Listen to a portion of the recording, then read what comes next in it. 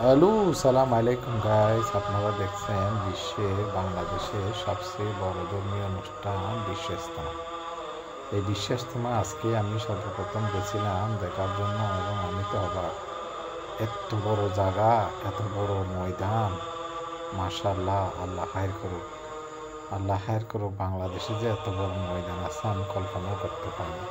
এবং তারা প্রত্যেকটা গ্রুপে গ্রুপে ভাগ হয়ে হয়ে কখন শুক্রবারে 3 দিন আগে থেকে মানুষ এসে ময়দানে ফুল হয়ে গেছে।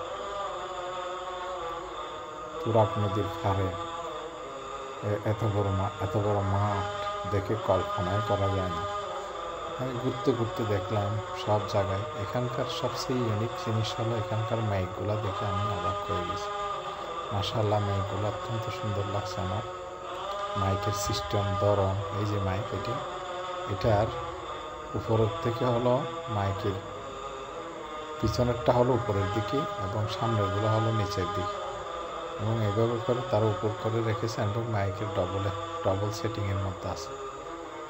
এবং এখানে আরেকটা বৈশিষ্ট্য হলো যারটা যে গ্রুপেরটা তারাই ভাগ করে খেয়ে থাকে, এবং তারা কারো দাওয়াতে আসে নাই, নিজের টাকা খরচ করে শুধু দিনের কাজের জন্য এসেছেন এবং দিনকে পাওয়ার জন্য এবং আল্লাহকে পাওয়ার জন্য এসেছেন। আলহামদুলিল্লাহ, তারা সবগুলো মুরব্বী টাইপের মানুষ। ইয়ং ছেলে খুব কমই আছে, কিন্তু তারা দিনের শিক্ষার জন্য এই যে দেশ থেকে দেশান্তরে, অনেক দূর থেকে দূরান্তরে।